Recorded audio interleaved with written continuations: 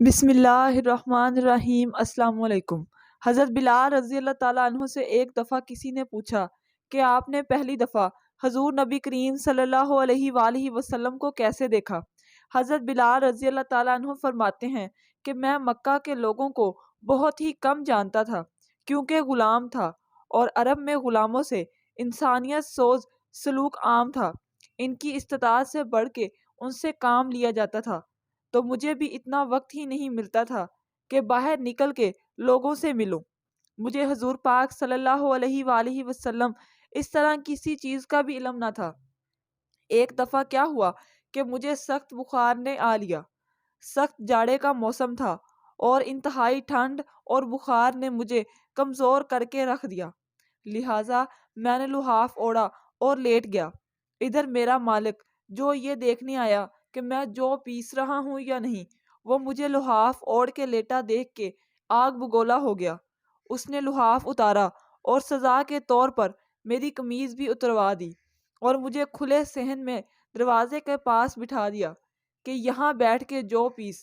اب سخت سردی، اوپر سے بخار اور اتنی مشقت والا کام، میں روتا جاتا تھا اور جوں پیستا جاتا تھا۔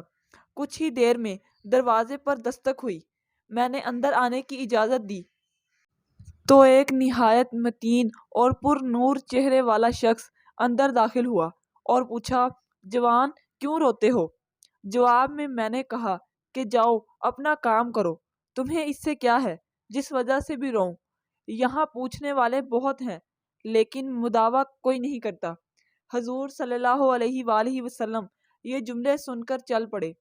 جب چل پڑے، بلال نے کہا کہ بس، میں نہ کہتا تھا پوچھتے سب ہیں لیکن مداوع کوئی نہیں کرتا۔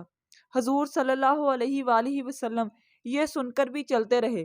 بلال کہتے ہیں کہ دل میں جو ہلکی سی امید جاگی تھی کہ یہ شخص کوئی مدد کرے گا، وہ بھی گئی، لیکن بلال کو کیا معلوم کہ جس شخص سے اب اس کا واسطہ پڑا ہے وہ رحمت للعالمین ہے۔ بلال کہتے ہیں کہ کچھ ہی دیر میں وہ شخص واپس آ گیا۔ اس کے ہاتھ میں ایک گرم دودھ کا پیالہ اور دوسرے میں کھجوریں تھیں۔ اس نے وہ کھجوریں اور دودھ مجھے دیا اور کہا، کھاؤ پیو اور جا کے سو جاؤ۔ میں نے کہا، تو یہ جو کون پیسے گا؟ نہ پیسے تو مالک صبح بہت مارے گا۔ اس نے کہا، تم سو جاؤ، یہ پیسے ہوئے مجھ سے لے لینا۔ بلال سو گئے اور حضور صلی اللہ علیہ وآلہ وسلم ساری رات ایک اجنبی حبشی غلام کے لیے چکی پیسی۔ صبح بلال کو پسے ہوئے جوں دیے اور چلے گئے۔ دوسری رات پھر ایسا ہی ہوا، دودھ اور دعا بلال کو دی اور ساری رات چکی پیسی۔ ایسا 3 دن مسلسل کرتے رہے جب تک کہ بلال ٹھیک نہ ہو گئے۔ یہ تھا وہ تعارف جس کے بطن سے اس لافانی عشق نے جنم لیا کہ آج بھی بلال کو صحابی رسول بعد میں عاشق رسول پہلے کہا جاتا ہے۔ حضور صلی اللہ علیہ وآلہ وسلم کے وصال کے بعد سیدنا بلال رضی اللہ تعالیٰ عنہ مدینہ کی گلیوں میں یہ کہتے پھرتے کہ لوگو، تم نے کہیں رسول اللہ صلی اللہ علیہ وآلہ وسلم کو دیکھا ہے تو مجھے بھی دکھا دو۔ پھر کہنے لگے کہ اب مدینے میں میرا رہنا دشوار ہے اور شام کے شہر حلب میں چلے گئے۔ تقریباً 6 ماہ بعد آپ صلی اللہ علیہ وآلہ وسلم کی خواب میں زیارت نصیب ہوئی تو آپ صلی اللہ علیہ وآلہ وسلم فرما رہے تھے، اے بلال، یہ کیا بے وفائی ہے؟ تو نے ہمیں ملنا چھوڑ دیا، کیا ہماری ملاقات کا وقت نہیں آیا؟ خواب سے بیدار ہوتے ہی اونٹنی پر سوار ہو کر لبیک یا سیدی یا رسول اللہ کہتے ہوئے مدینہ منورہ کی طرف روانہ ہو گئے۔ جب مدینہ منورہ میں داخل ہوئے تو سب سے پہلے مسجد نبوی پہنچ کر حضرت بلال رضی اللہ تعالیٰ عنہ کی نگاہوں نے عالم وارفتگی میں آپ صلی اللہ علیہ وآلہ وسلم کو ڈھونڈنا شروع کیا۔ کبھی مسجد میں تلاش کرتے اور کبھی حجروں میں۔ جب کہیں نہ پایا تو آپ صلی اللہ علیہ وآلہ وسلم کی قبر انور پر سر رکھ کر رونا شروع کر دیا اور عرض کیا، یا رسول اللہ صلی اللہ علیہ وآلہ وسلم، آپ نے فرمایا تھا کہ آ کر مل جاؤ، غلام حلب سے باہر ملاقات حاضر ہوا ہے۔ یہ کہا اور بے ہوش ہو کر مزار پر انوار کے پاس گر پڑے۔ کافی دیر بعد ہوش آیا۔ اتنے میں سارے مدینے میں یہ خبر پھیل گئی کہ مؤذن رسول حضرت بلال رضی اللہ تعالیٰ عنہ آ گئے ہیں۔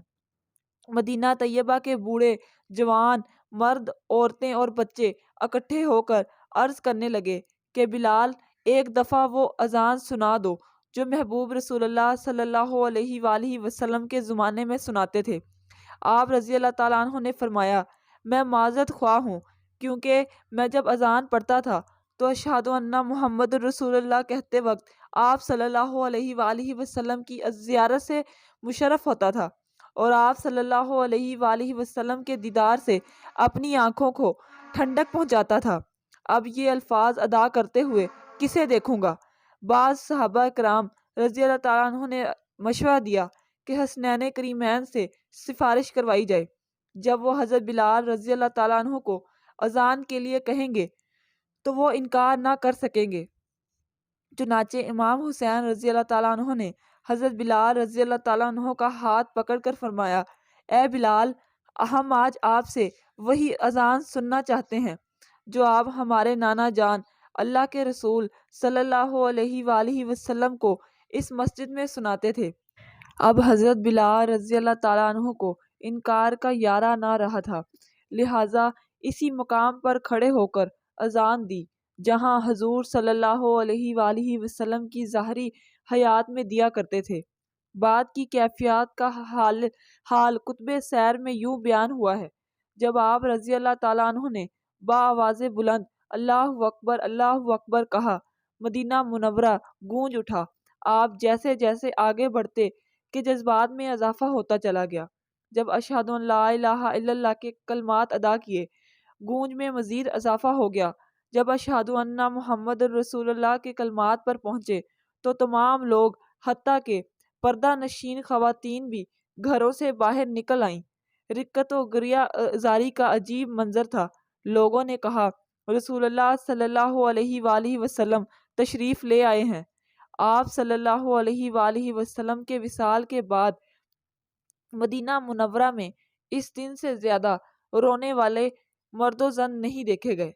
علامہ اقبال رحمۃ اللہ علیہ اذان بلال رضی اللہ تعالیٰ عنہ کو ترانہ عشق قرار دیتے ہوئے فرماتے ہیں، اذاں ازل سے تیرے عشق کا ترانہ بنی، نماز اس کے نظارے کا ایک بہانہ بنی، ادائے دید سراپا نیاز تھی تیری، کسی کو دیکھتے رہنا نماز تھی تیری۔